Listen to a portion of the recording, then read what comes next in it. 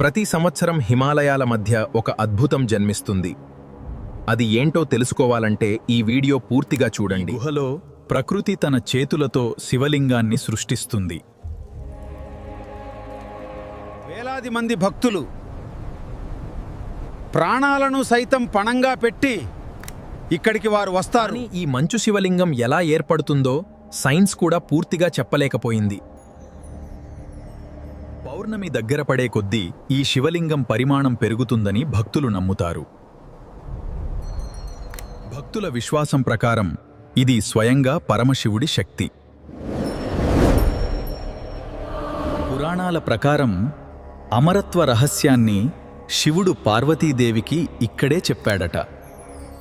ఈ గుహలో అడుగుపెట్టిన ప్రతి భక్తుడికి ఒక తెలియని దైవిక శక్తి అనుభూతి అవుతుంది. ఇది కేవలం ప్రకృతి అద్భుతమా లేక నిజమైన దైవ మహిమ? సైన్స్ కారణాన్ని వివరించగలదు, కానీ భక్తి కలిగించే అనుభూతిని మాత్రం కాదు. భక్తి ముందు సైన్స్ కూడా మౌనమే. హర హర మహాదేవ్. తర్వాత ఏ దేవుడి కథ కావాలో కామెంట్ చేయండి.